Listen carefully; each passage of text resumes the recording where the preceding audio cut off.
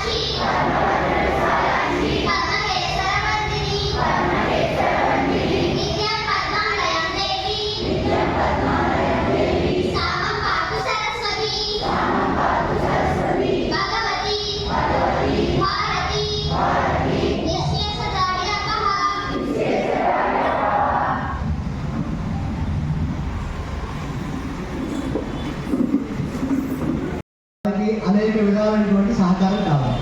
అవునా కావాలి కదా. ముఖ్యంగా నేను ఈ క్లాస్ పెట్టాలి అంటే నాకొక అధికారం అనేది ఉండాలి. ఆ అధికారం ఇచ్చినటువంటి పెద్దల్ని గౌరవించుకోవడం, ఆహ్వానించి వాళ్ళని సన్మానించడం మన ప్రధానమైనటువంటి ముఖ్య ఉద్దేశం. కాబట్టి ఈ కార్యక్రమం ఇక్కడ ఏర్పాటు చేయడం జరిగింది. సరేనా? ఇప్పుడు వేదిక మీద అలంకరించినటువంటి పెద్దలను మీకు పరిచయం చేస్తాను. ఈ చివర కూర్చున్నటువంటి వారు మన ఏలూరు అర్బన్ జిల్లా, అంటే పశ్చిమ గోదావరి జిల్లా నుంచి ఏలూరు జిల్లా సపరేట్, ఏలూరు ఊరు ఒక్కటే సపరేట్. ఓకేనా? ఏలూరు జిల్లా మొత్తానికి ఆర్యవైశ్య సంఘానికి అధ్యక్షులు వారు చలువాది గౌరవనీయులైన శ్రీ చలువాది శివకృష్ణ బ్రహ్మయ్య గారు.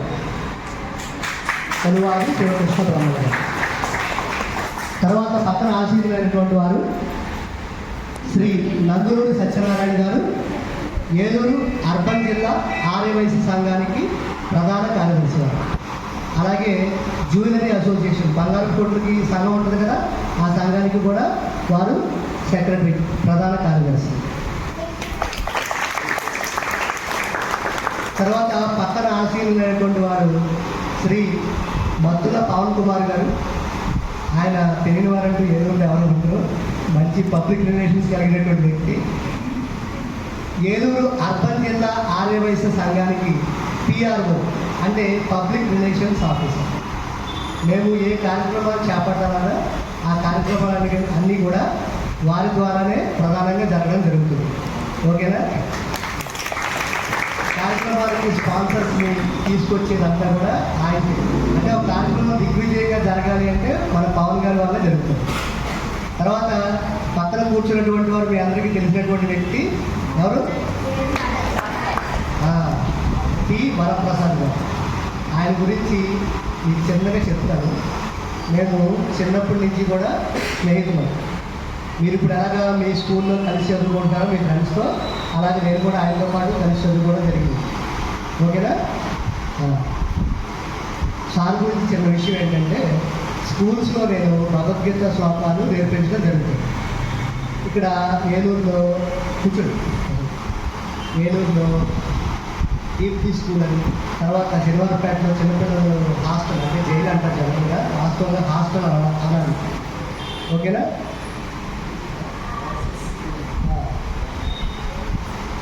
శనివారపేట అది పిల్లలకి, మగ పిల్లలు మాత్రమే ఉంటారు దాంట్లో, అది హాస్టల్ అనమాట.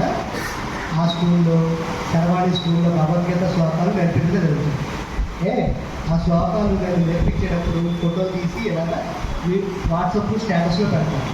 సార్ చూసి అది ఇన్స్పైర్ అయ్యి నేను కూడా సేవా కార్యక్రమం చేస్తాను, నాకు ఏదో ఒకటి చెప్పాలి, నీకు సబ్జెక్ట్ బాగా వచ్చి కాబట్టి మ్యాథ్స్ చెప్పంటే వెంటనే ఒప్పుకుని అసలు మరుక్షణం ఆలోచించకుండా వెంటనే ఆయన నాకు 10 సార్లు ఫోన్ చేసి క్లాస్ ఎప్పుడు పెడదాం అని చెప్పేసి ఆయన నాకు ఫోన్ చేసి. నిజంగా మనందరూ అదృష్టం. ఈ క్లాసు మనం బయట నేర్చుకోవాలంటే చాలా ఖర్చుతో కూడుకున్న పని కదా, తెలుసా మీ అందరికీ? ఒక నెలకి ఒక 10,000 రూపాయలు ఒక స్టూడెంట్కి తీసుకుంటారు ఈ క్లాస్కి. అలాంటిది ఈ కోర్సు మొత్తం నేర్చుకోవాలంటే దాదాపు 6-7 నెలలు పడుతుంది. ఈ 6-7 నెలలకి కనీసం హీనపక్షంగా 50,000 రూపాయలు ఖర్చు అవుతుంది. ఒక్క రూపాయి కూడా మన దగ్గర ఆశించకుండా సేవాభావంతో వచ్చి మనందరికీ క్లాస్ చెప్తున్నారంటే మనం ఎంత అదృష్టవంతులం, అవునా కదా? తర్వాత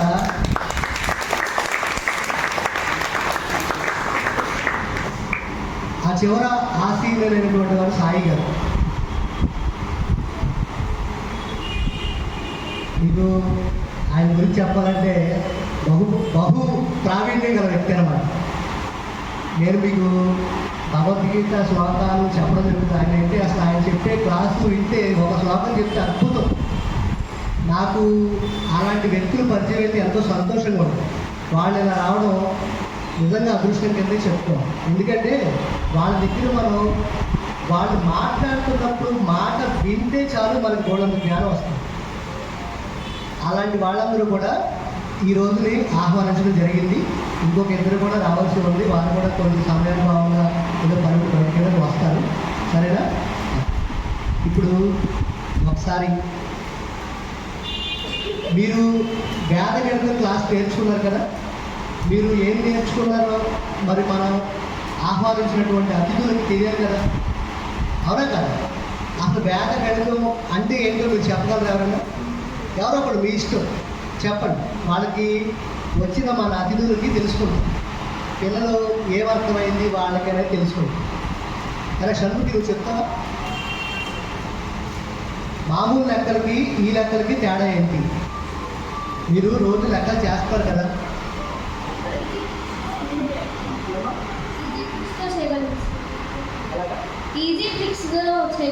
వెరీ గుడ్. మరి ఆ తన కరెక్ట్గా చెప్పినప్పుడు మనం ఏం చేయాలి? ఇంకా చాలా పాయింట్స్ ఉన్నాయి. అసలు వేదిక్ మ్యాథ్స్ అంటే ఏంటి తెలిసి ఉండాలి. వేదిక్ మ్యాథ్స్ ఎక్కడి నుంచి పుట్టింది ఎవరు చెప్తాను? మీకు అందరికీ చెప్తే నేను మర్చిపోకూడదు. ఎక్కడి నుంచి పుట్టింది? భయపడకండి, చెప్పండి. వేరా పేరులోనే ఉంది కదా, చెప్పాను. ఫస్ట్ స్టార్టింగే చెప్పాను. వేదిక్ మ్యాథ్స్ అంటే వేదాల్లో ఉండే మ్యాథ్స్. Very good. గట్టిగా చెప్పండి. మీరు చప్పట్లు ఎందుకు కొట్టాలో మీకు ఆల్రెడీ చెప్పాను కదా. చప్పట్లు కొట్టడం అంటే అర్థం ఏంటో తెలుసా? ఎంకరేజ్ చేయడం, అభినందించడం, ప్రోత్సహించడం. ఇప్పుడు నేను కూడా సమాధానం చెప్తే నాకు కూడా చప్పట్లు కొడతానని చెప్పి ఇంకొకళ్ళు చెప్తాను. తర్వాత ఇంకో పాయింట్, ఇంకా చాలా పాయింట్స్ ఉన్నాయి. చెప్పండి. వేదగణితం యొక్క ప్రాముఖ్యత ఏంటి? ప్రాముఖ్యత వెరీ గుడ్, చాలా బాగా చెప్పండి. టైం సేవ్ అవుతుంది. Very good. టైం సేవ్ అవుతుంది. మనకి కనీసం ఒక అరగంట పట్టే లెక్క గట్టిగా 20 సెకండ్స్, ఇంకా తక్కువ టైమే కదా, అవునా కదా? ఇంకేంటి చెప్పండి. ఇంకా చాలా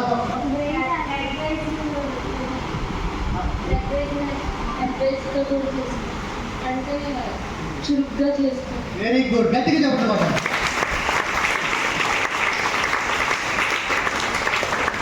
వేదిక్ మ్యాథ్స్ వల్ల బాగా ఉపయోగం ఏంటంటే మన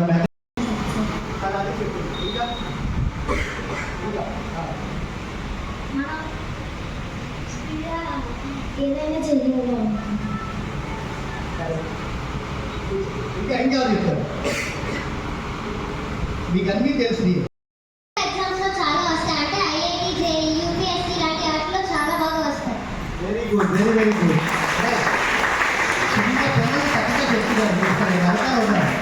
ఇంకా ఉన్నాయి ఇంకా ఉన్నాయి చెప్పాలి. మీరు ఏం నేర్చుకున్నారనేది వచ్చిన అతిథులు తెలుసుకోవాలి. ఈ ప్రోగ్రాం పెట్టడం వల్ల ఉపయోగం జరిగిందా లేదా అనేది వాళ్ళు గుర్తించాలి అంటే మీరు చెప్పాలి. అది అసలు ఎందుకు నేర్చుకుంటాం మనం? వేదిక మ్యాథ్స్ ఎందుకు నేర్చుకుంటాం? లక్ష్య మీరు జాగ్రత్తగా చూసారా? అసలు లక్ష్య చూసారా? బ్యాంకులో వేసాం కదా, చూసారా మీరు? అన్నీ చదివారా? లెక్కలు ఎందుకు నేర్చుకుంటారా? ఆలోచించండి ఒకసారి.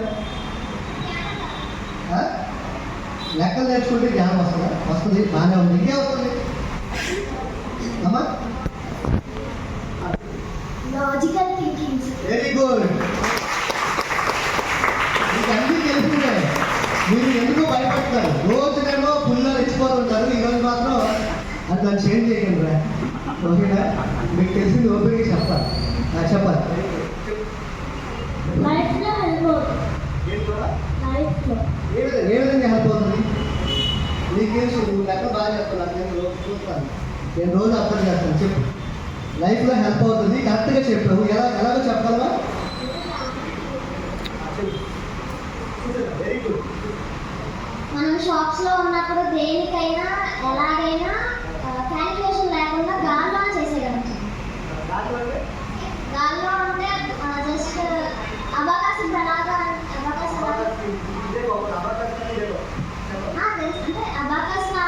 అబాకస్ కాకుండా మన చేతి చేయొచ్చు. అబాకస్ చేతితో, కానీ మైండ్లో వెరీ గుడ్. మైండ్లో క్యాల్కులేషన్.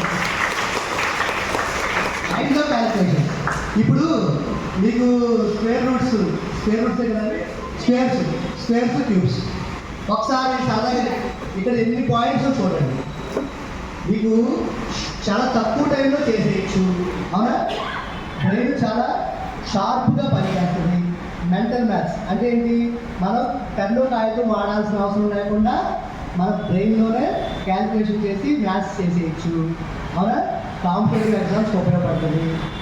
తర్వాత లైఫ్లో చాలా బాగా ఉపయోగపడుతుంది. లైఫ్లో చాలా బాగా ఉపయోగపడడం అంటే ఏంటి? మన భవిష్యత్తుకి ఇది పునాది. మన భవిష్యత్తుకి అంటే రేపు పొద్దున మనం కాంపిటేటివ్ ఎగ్జామ్స్కి వెళ్తామా? బ్యాంక్ టెస్ట్లో రాస్తే, రైల్వేలో లేకపోతే ఇంకోటి ఏదోటి పోటీ పరీక్షలు రాస్తాం కదా. మార్కులు గెయిన్ చేయాలంటే వేదిక మ్యాథ్స్ అనేది చాలా చాలా ప్రధానమైనది, అవునా కదా? అన్నిటికన్నా ప్రధానమైన ఉద్దేశం మనకి మార్కులు బాగా ఎక్కువ వస్తాయి దీనివల్ల. మీ అందరికీ తెలిసిందే, అది ఆ పాయింట్ చెప్పలేదు. తెలిసే విషయం అంతే కదా. ఆ లెక్కలకి మనం ఎగ్జామ్లో ఆ లెక్క ఇస్తే చేస్తే మార్కులు వస్తుంది, అది కూడా ఆ పాయింట్ వచ్చారు. సరే, వెరీ గుడ్. తర్వాత సార్ ఆయన నిన్న మీకు చెప్పారు, ఇప్పటి వరకు కనీసం చాలా మోడల్స్ చెప్పారు కదా, రకరకాల మోడల్స్ చెప్పారు. సార్ అడుగుతారు, చెప్పండి. మనం ఒక విషయం గుర్తించండి, ఇలాంటి క్లాసులు ఇంకా పెట్టుకోవాలి. మీకు ఇక్కడ రోజు ఏమేమి నేర్పిస్తున్నాను? టైం ప్రొలాంగ్ చేయకుండా ఇక్కడ ఓన్లీ మ్యాథ్స్ చెప్తున్నామా? ఇంకా యాక్టివిటీస్ ఏమైనా చెప్పుకుంటున్నామా? Very good. ఏ శ్లోకాలు? పొద్దున్న లేచిన కాడి నుంచి పడుకునేంత వరకు కూడా మనం ప్రార్థనా శ్లోకాలు నేర్చుకున్నాం, అవునా కదా? ప్రార్థనా శ్లోకాలు దాదాపు 5 శ్లోకాలు నేర్చుకున్నాం కదా. ఇంకేం నేర్చుకుంటున్నాం? ఇంకా ఏమి? ఆ గేమ్స్ కూడా ఎలా ఉంటాయని చెప్పారు మీకు. Very good. బాడీకి ఎక్సర్సైజ్ ఉంటుంది, తర్వాత మైండ్తో ఆడే గేమ్స్ అన్నీ కూడా చాలా చిన్న ఆట అనుకుంటాం కదా అది. కానీ ఆ ఆటలో మనం ఓడిపోతాం, గెలుస్తామా? ఎవరో ఒకళ్ళే గెలుస్తున్నారు, మిగతా వాళ్ళు ఓడిపోతున్నారు. అంటే అటువంటి ఎవరు బ్రెయిన్ షార్ప్గా పనిచేస్తుందో వాళ్ళు గెలుస్తారు. ఇక్కడ మీకు మొదట్లో ఒక మాట చెప్పాను. ఏం చెప్పాను? విద్యతో పాటు సంస్కారం కూడా నేర్పిస్తాం చెప్పానా లేదా? విద్యతో పాటు లెక్కలతో పాటు సంస్కారం కూడా నేర్పిస్తాం. గుర్తుందా? ఇప్పుడు ఇవన్నీ కూడా దానిలో భాగమే. మీకు వ్యాయామం కావాలి కదా, వ్యాయామం కావాలి, ఒక ఎక్సర్సైజ్ కావాలి, అవుతారు బ్రెయిన్ హుషారు ఉండాలి, మనసు హుషారు ఉండాలి, ఆడుకోవాలి కదా. అందుకే రోజు మనం 4 o'clock వస్తున్నాము, 4 o'clock నుంచి 5:30 వరకు ఆడుకుంటాము, లేదా ఒక్కోసారి 6 వరకు కూడా ఆడుకుంటాం కదా. సరే, తర్వాత ఒకసారి సాంగ్ ఇస్తున్నాం. సాంగ్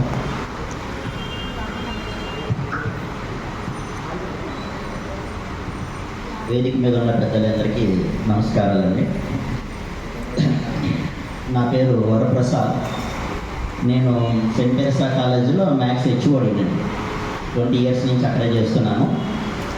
అలాగే వివిధ కాంపిటేటివ్ ఎగ్జామ్స్ కూడా కోచింగ్ ఇచ్చేవాడిని. నా దగ్గర ఒక మోర్ దాన్ 1000 మెంబర్స్ పైన జాబ్స్, గవర్నమెంట్ జాబ్స్ వచ్చిన వాళ్ళు ఉన్నారు. ప్రజెంట్ అయితే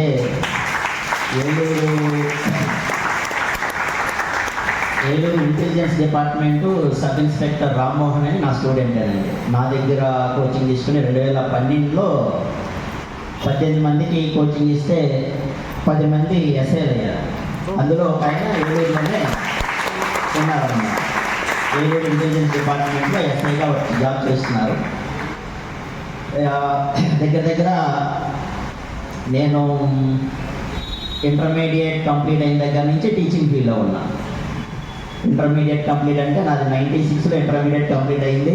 అది వెనకాల కూర్చున్న ఆయన కూడా నా స్టూడెంటే, సారీ నా క్లాస్మేట్. ఆయన సురేష్ వీళ్ళందరూ ఆయన కూడా నా క్లాస్మేటే. ఇంటర్మీడియట్ కంప్లీట్ అయిన దగ్గర నుంచి ఓన్లీ ట్యూషన్స్ చెప్పుకొని ట్యూషన్స్ మీద వచ్చిన అమౌంట్తోనే నేను డిగ్రీ, పోస్ట్ గ్రాడ్యుయేషన్ ఇలా ఎగ్జామ్ కోర్సెస్ కంప్లీట్ చేసుకున్నాను. తర్వాత ఓన్గానే ప్రిపేర్ అయ్యి బ్యాంక్ ఎగ్జామ్స్ అని, తర్వాత స్టాఫ్ సెలక్షన్ కమిషన్, ఇలా అన్ని ఎగ్జామ్స్ రాసి దగ్గర ఒక 8 ఇంటర్వ్యూస్ వరకు వెళ్ళాను. బై బ్యాడ్ లక్ మనకి భగవంతుడు అవకాశం ఇవ్వలేదు. కానీ సబ్జెక్టు దానివల్ల నాకు తెలిసింది ఏంటంటే ఏ కాంపిటేటివ్ ఎగ్జామ్ ఏ విధంగా ఉంటుంది, ఎట్లా ప్రిపేర్ అవ్వాలి, నేను ఎక్కడైతే మిస్టేక్ చేశానో ఆ మిస్టేక్స్ని నా స్టూడెంట్స్ ద్వారా చేయనివ్వకుండా చేసి వాళ్ళని సక్సెస్ పార్ట్లో పెట్టాను. దానివల్ల చాలామందికి నా దగ్గర జాబ్స్ వచ్చాయి. అలాగే తర్వాత దగ్గర ఇప్పటికి వచ్చి నాకు 28 ఇయర్స్ సర్వీస్ ఉంది మొత్తం మీద. ఓన్లీ సెయింట్ తెరెసా కాలేజీలోనే 20 ఇయర్స్ నుంచి చేస్తున్నాను. అంతకుముందు రాజమండ్రి శ్రీ చైతన్య కాలేజీలో చేశాను. తర్వాత ఏలూరు సిద్ధార్థలా చేసి నెక్స్ట్ సెయింట్ తెరెసా కాలేజీలో ఫైనల్గా ఇప్పుడు ప్రజెంట్ హెచ్ఓడిగా ఉన్నాం, మ్యాథ్స్ హెచ్ఓడి. అయితే ఏమైందంటే ఈ టైంలో అబ్జర్వ్ చేసింది ఏంటంటే మీరే కాదండి, ఈవెన్ డిగ్రీ కంప్లీట్ అయిపోయిన స్టూడెంట్స్ కూడా కాంపిటేటివ్ ఎగ్జామ్స్కి వస్తున్నారు కానీ వాళ్ళ దగ్గర మ్యాథమెటికల్గా స్కిల్స్ అనేవి ఉండట్లా. ఐ మీన్ అకాడమిక్ పరంగా అయితే చదువుతున్నారు కానీ స్పాటివ్నెస్గా ఎట్లా టైం సేవ్ చేస్తూ వేయాలి అనేది వాళ్ళకి తెలియట్లా. చాలా కాలం నేను అబ్జర్వ్ చేశాను చాలామంది దగ్గర.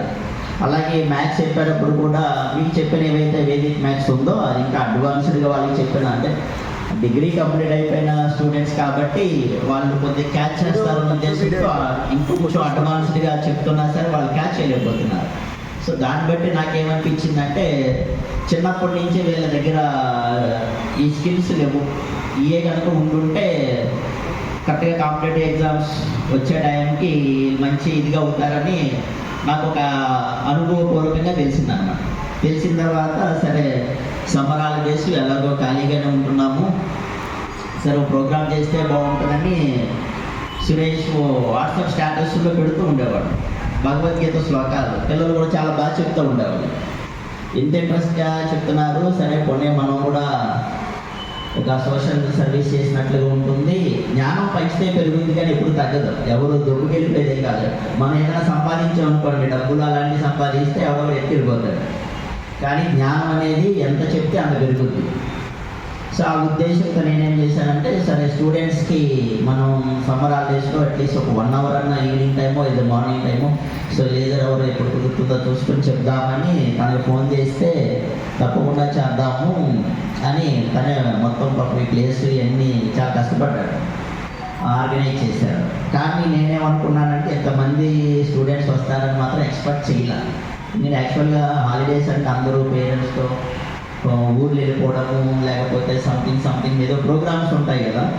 కానీ ఎంతమంది స్టూడెంట్స్ ఈరోజు నాకు తెలిసి ఈరోజే తక్కువ వచ్చారు, స్పెషల్గా అని చెప్పాను కాబట్టి. కానీ రోజు చాలా బాగా వచ్చేవాళ్ళు. అసలు చాలా నేనైతే 100% 200% సాటిస్ఫై. చాలా బాగా వచ్చారు. పేరెంట్స్ కూడా నేను ఈ విషయంలో మాత్రం వాళ్ళని చాలా అభినందించాల్సిన విషయమే. చాలామందిని వాళ్ళు పంపించారు, డైలీ పంపించేవాళ్ళు. కొంతమంది పిల్లలు అయితే అసలు నాకు తెలిసి 1 డే కూడా ఆబ్సెంట్ అవ్వకుండా వచ్చిన పిల్లలు కూడా ఉన్నారు. చాలా ఇంట్రెస్ట్గా వచ్చారు. ఇంకోటి ఏంటంటే మీ ఏజ్ ఫ్యాక్టర్ వల్ల మీరు నేను చెప్పేది అంత ఇదిగా క్యాచ్ చేయలేకపోయారన్న విషయం నాకు తెలిసింది.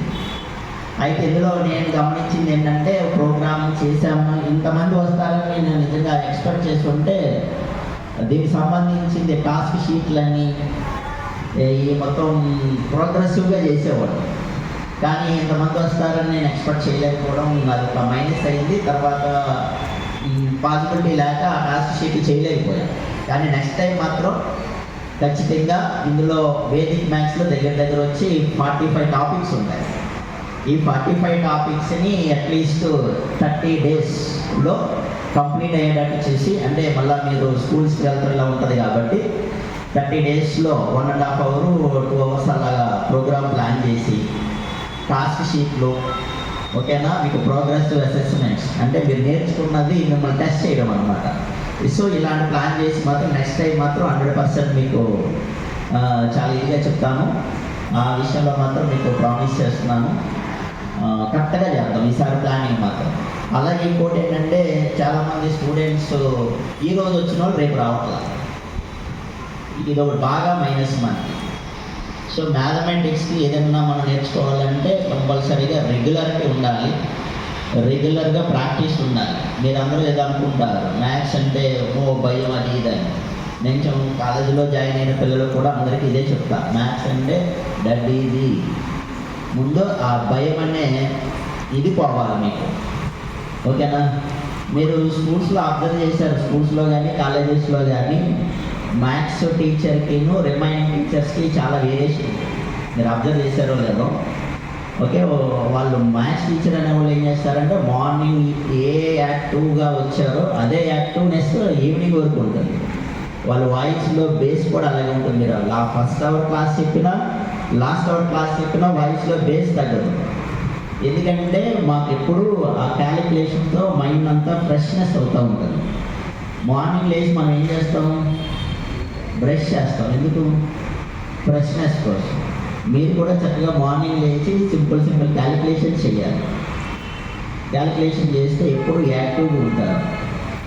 అలా యాక్టివ్ ఫోన్లు అంటే దానివల్ల అడ్వాంటేజెస్ ఉన్నాయి, కానీ అడ్వాంటేజెస్ కన్నా డిసడ్వాంటేజెస్ ఎక్కువైపోతున్నాయి. రీల్స్ అని షార్ట్స్ అని మాకు కూడా తెలియదు, చాలా విషయాలు వీళ్ళే చెప్పేస్తారు. కానీ ఏదన్నా చదువుకు సంబంధించింది అడిగితే మాత్రం చెప్పరు. కానీ చదువుకు సంబంధించిన చాలా ఇన్ఫర్మేషన్ దాంట్లో ఉంటుంది, నేర్చుకోరు.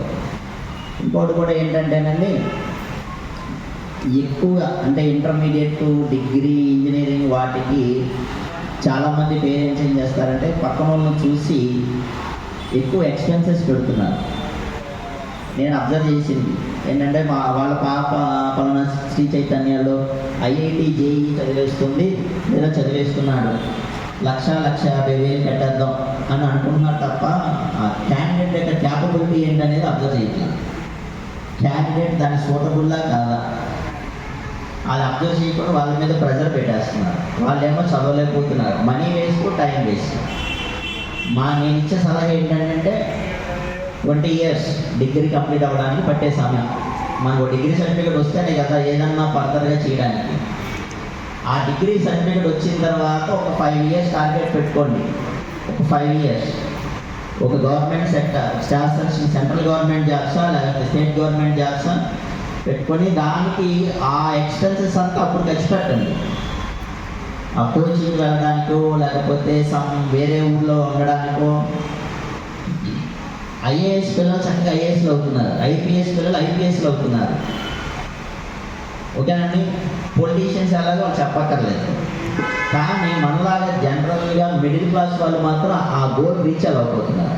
అట్లీస్ట్ చిన్న జాబ్స్ కూడా సంపాదించలేకపోతున్నారు. ఎందుకంటే మనం హై లెవెల్లో ఆలోచిస్తున్నాం, టాప్లో ఉండాలి, 1,50,000 జీతం రావాలి లేదా 2 లక్షల జీతం రావాలని ఆ సాఫ్ట్వేర్ కంపెనీ చుట్టూ తిరుగుతున్నారు. అవి ఉంటాయో కొడతాయో తెలియట్లేదు.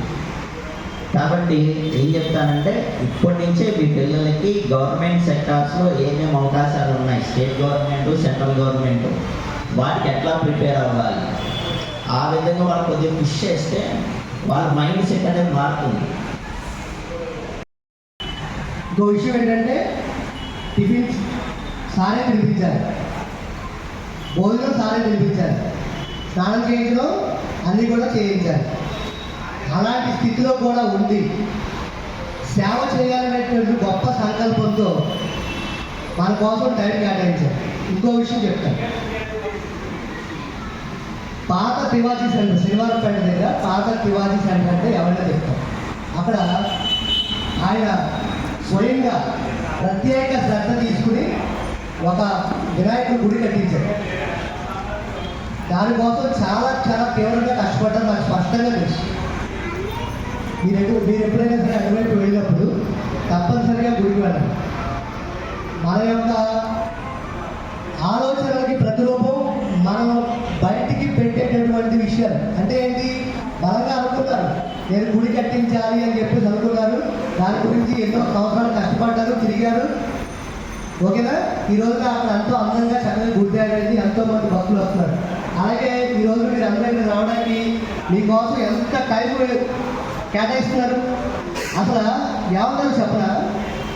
అరే 5 వచ్చినా చెప్తా, 10 మంది ఇచ్చినా చెప్తా. నాకు పిల్లలు ఎంతమంది వచ్చారని నాకు అనవసరం. నేను క్లాస్ చెప్పడం అయితే గ్యారంటీగా చెప్తాను. మనకి హైయెస్ట్ 100 మంది దాటిపోయారు మన పిల్లలు. ఆ ఫోటోలో మనకు స్పష్టంగా తెలుస్తుంది కదా. లేదా మీ అందరూ రోజు వస్తుంది, వచ్చేవాడు తెలుసు మీ అందరికీ, అవునా? అంతమంది పిల్లలు చూసి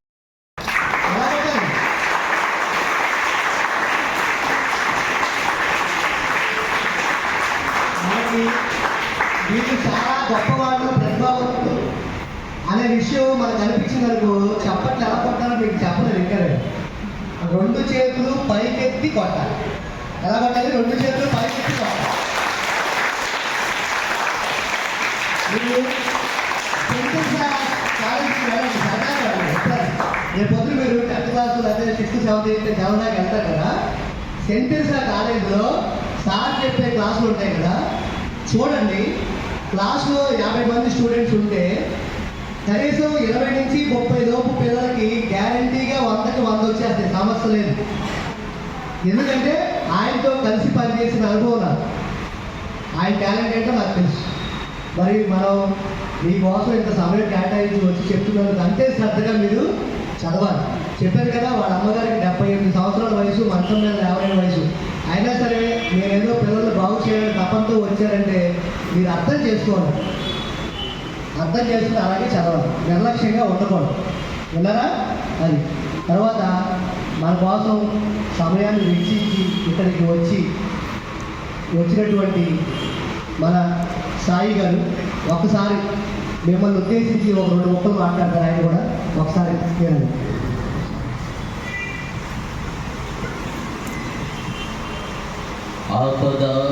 ఆపదామపహర్తారం దాతారం సర్వసంపదా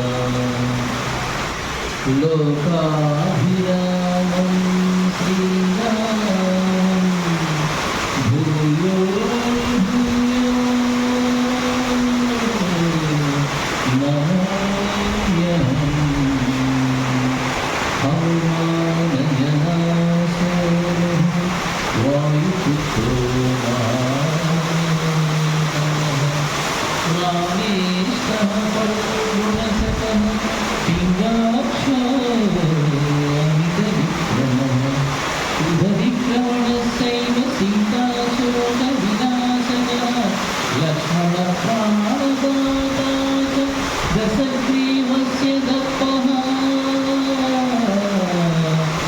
ద్వాదశైతాని నామాని కపీలస్య మహాత్మనః స్వాపకాలే పఠే నిత్యం యాత్రాకాలే విశేషతః తస్య మృత్యుభయం నాస్తి సర్వత్ర విజయీ భవేత్. జై శ్రీరామ్.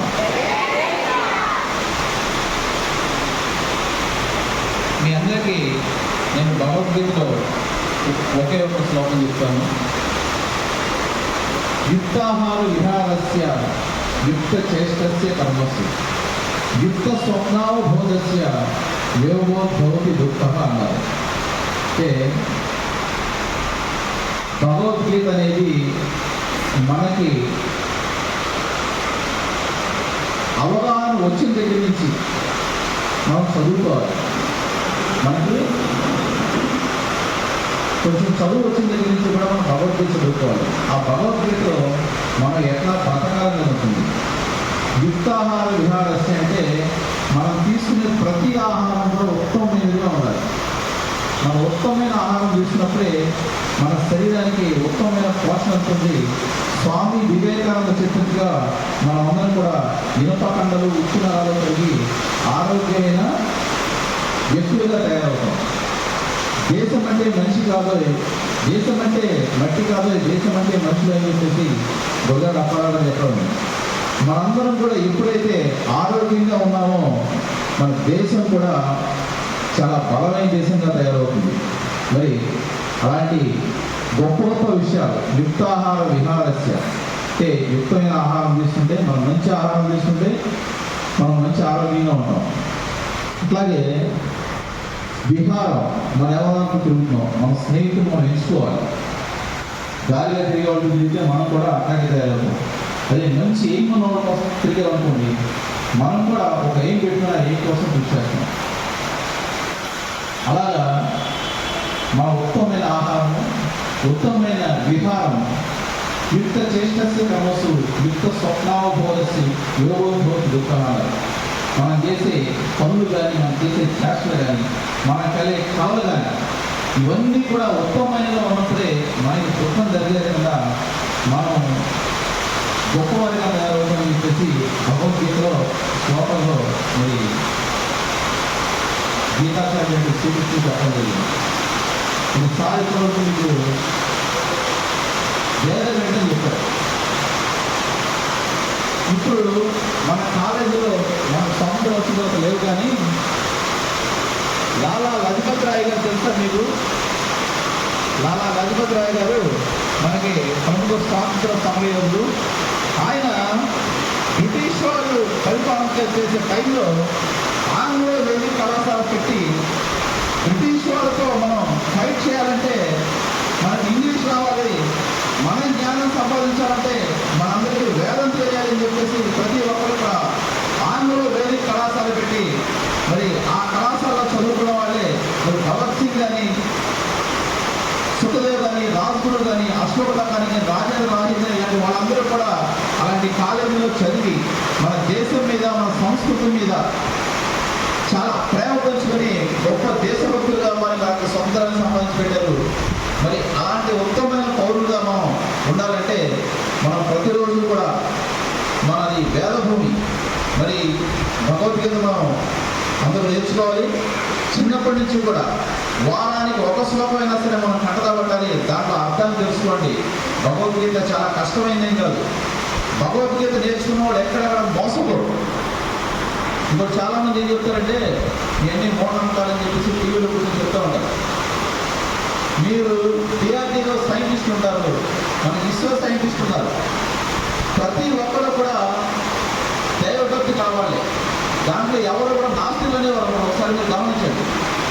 ఒక రాకెట్ లాంచింగ్ చేసేటప్పుడు మంచి ముహూర్తం చూసుకొని అందరూ కూడా మన యొక్క దైవ ప్రార్థన చేసే ఆ రాకెట్ లాంచింగ్ కూడా చేస్తారు. కాబట్టి మన మైండ్ని పూర్తిగా ఏకాగ్రతతో నింపేది మన దైవ ప్రార్థనలు. అసలు మన భారతదేశం నుంచి గొప్పదనం తెలుసుకోవాలంటే మన వేదాలని మనం పూర్తిగా అధ్యయనం చేయాలి. సో మీరందరూ కూడా ఇంకో స్మరణ చెప్తాను. ఓం సహనా భవతు, చెప్పండి. ఓం సహనా భవతు సహనౌ భునక్తు సహ వీర్యం కరవావహై తేజస్వినావధీతమస్తు మా విద్విషావహై. ఓం శాంతి శాంతి శాంతి. మనమందరం కూడా విద్య నేర్చుకుంటూ కొత్త కొత్త ఆవిష్కరణ చేస్తూ కొత్త కొత్తవి విజ్ఞానాన్ని కనిపెడుతూ ఈ ప్రయత్నంలో ఎవరికి ఎవరి మధ్య ఎటువంటి విద్వేషాలు రాకూడదని అంతా మనం విజయం వైపు ఎటువంటి పొరపక్షాలు లేకుండా శాంతి మార్గంలో వెళ్ళాలని చెప్పేది ఆ శ్లోకం. అలాగే మీరందరూ కూడా మరి సార్ చెప్పినటువంటి వేద గణితం, ఈ వేద గణితాన్ని మీరు నేర్చుకుంటూ కూడా ఉత్తమమైన పౌరులుగా తెలియజేస్తూ సెలవు తీసుకుంటాం.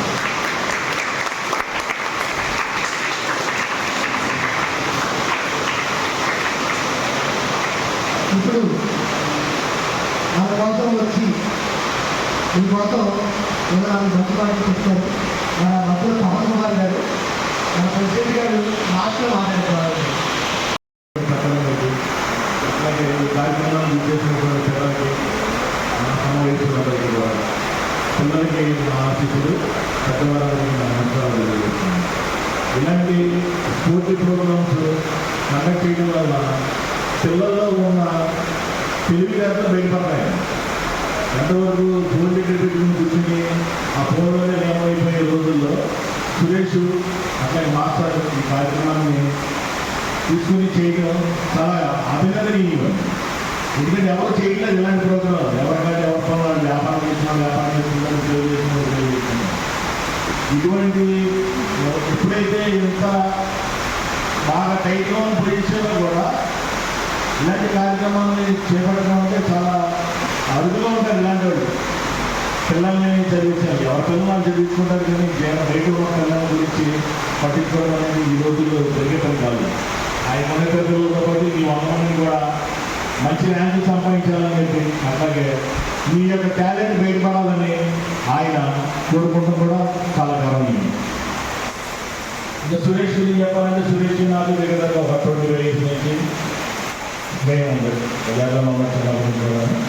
అట్లాగే పరిచయం సురేష్. ఫ్యామిలీ మొత్తం చేసిన పిల్లల గురించి ఏ కార్యక్రమం చేసినా స్పెషల్గా చేస్తాడు సురేష్. అందరూ మాకు చెప్తున్నాడు కానీ అన్నయ్య ఉన్నాడు, రామయ్య గారు ఉన్నారు అన్నాడు, కానీ మొత్తం బ్యాంక్ ఏంటంటే ఫైనల్గా మమ్మల్ని తెచ్చేస్తారు అనమాట. ఎలా ఉంటుంది ప్రోగ్రామ్ అని.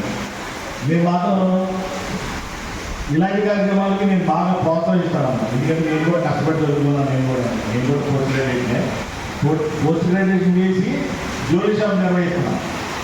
అట్లాగే ఏలూరులో అనేక రకమైన సర్వీసులు, ఏ సర్వీస్ అయినా చేయడానికి ముందుంటాను నేను. ఎందుకంటే చదువు అంటే నాకు బాగా ఇష్టం. నాకు చిన్నప్పుడు నేను దెబ్బలు తిన్నాను. 6th క్లాస్లో బాగా దెబ్బలు తిన్నాను. బహుమాని దెబ్బలు ప్రతి మార్క్స్ కొట్టి ఉంటాను. ఇంకా అప్పుడు ఛాలెంజ్గా తీసుకున్నా. Intermediate first class, degree first class, post graduation కూడా ఫస్ట్ క్లాస్ ఛాలెంజ్గా తీసుకుని ఆ మార్క్స్లో ఇంగ్లీష్ హిందీ మాట్లాడుతుంటే మొదలైపోయింది. ఎవరైతే నన్ను గెలిపించారు ఆ మార్క్స్ అంటే వేరే విధంగా తీసుకోలేదు. ఇప్పుడు పిల్లలంటే మార్క్స్ పెట్టడం కానీ ఆ మార్క్స్ ఎక్కడ చేసేద్దాం అని ఆలోచనలో ఉంటారు. కానీ అది కూడా మంచి పద్ధతి కాదు.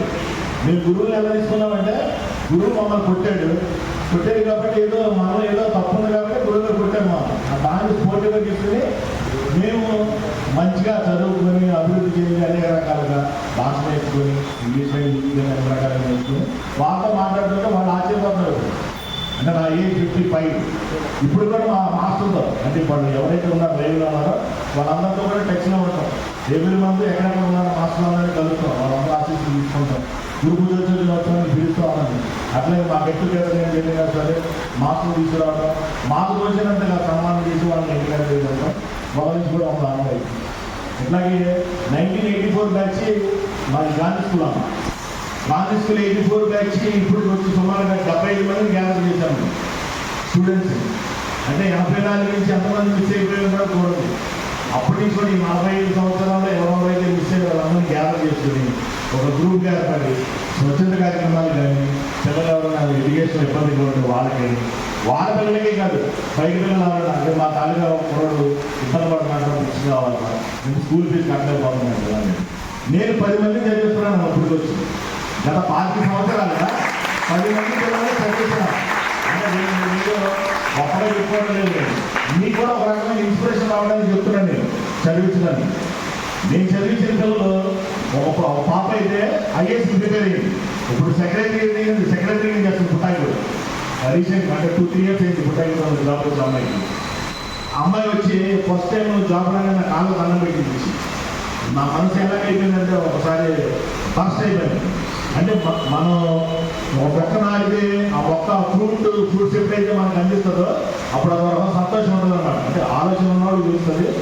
అలాగే మన వల్ల చదువుకున్న పిల్లలు అభివృద్ధి పెరుగుతూ మనం చూసి సార్ ఇది మీరు ఆటంగా మాకు పుస్తకాలు కొనిపెట్టారని స్కూల్ ఫీజు కట్టారని చెప్తే నేను వేరుగా నేనే తీసుకుని అప్పుడు ఆ విషయం ఏంటంటే మర్చిపోతాను. అంటే ఆ టైంలో కాసేపు 5 నిమిషాలు కూడా నాకు సరదాగా అనిపిస్తుంది, సంతోషంగా. అట్లా ఇక్కడ ఉన్న స్టూడెంట్స్ డబ్బున్నోడు ఉండొచ్చు, డబ్బు లేనోడు ఉండొచ్చు.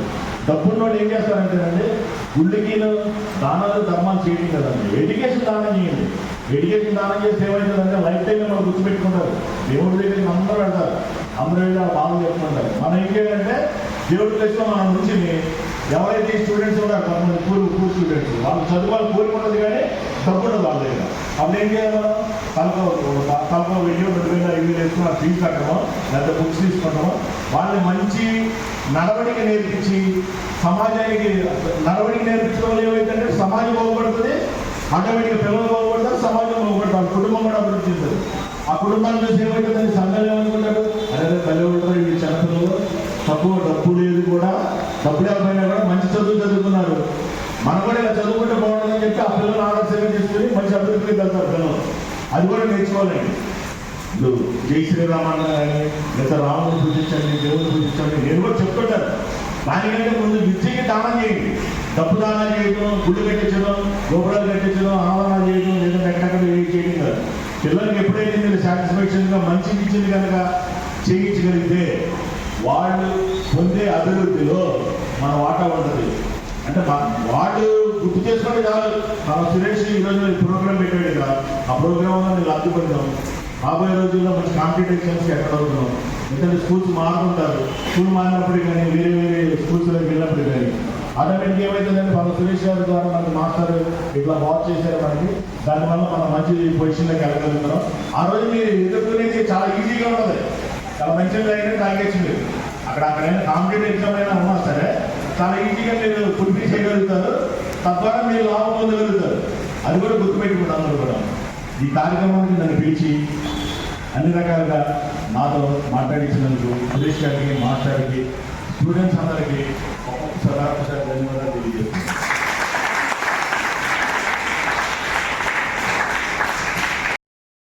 నా ఆశిస్సు నేనైతే మా సత్యనారాయణ గారు చెప్పినట్టు ఎక్కువసేపు చెప్పను, నా మనసులో ఉన్న బాధ చెప్తున్నానమ్మా. మనవాడు పిల్లలందరికీ కూడా చిన్న చిన్న స్టిక్కర్స్ పెడుతున్నారు. పిల్లల్లో ఆడవాళ్ళు కూడా ఎర్రబొట్టు పెట్టుకోవడానికి ఫీల్ అయ్యి నల్లబొట్టు పెడతారు. నల్లబొట్టు అశుభమప్పుడు పెట్టుకుంటారమ్మా, లేదా డ్రెస్ మ్యాచింగ్ పెట్టుకుంటారు. అది తప్పు తల్లి, మీరు అందరూ కూడా అది మాత్రమే నేను కోరుకుంటున్నాను. సమాజంలో పిల్లలకి ముందు ఎర్రబొట్టు పెట్టండి. ఎవరైనా చూసేది మన మొహమ్మద్ చూస్తాడు, వాడు ఏం చేయాలనుకున్నా మనం ఇక్కడ ఉన్న ఎర్రబొట్టు వల్ల మనకి హాని జరుగుతుంది. అది పిల్లలకి చెప్పి ఎర్రబొట్టు పెట్టేసుకొని చెప్పి కోరుకుంటున్నాను.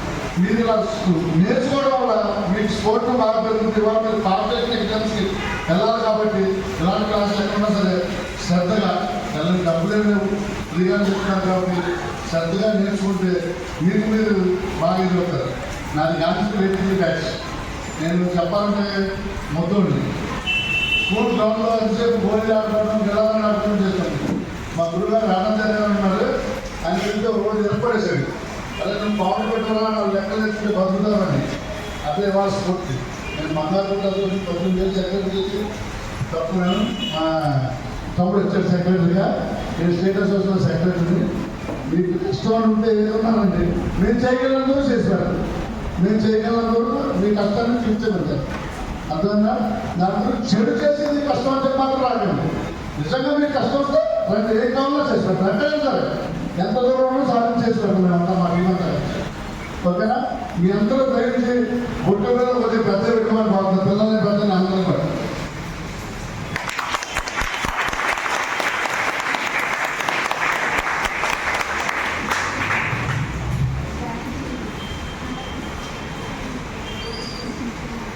రమయ్య గారు గురించి కొన్ని విషయాలు చెప్పాలి.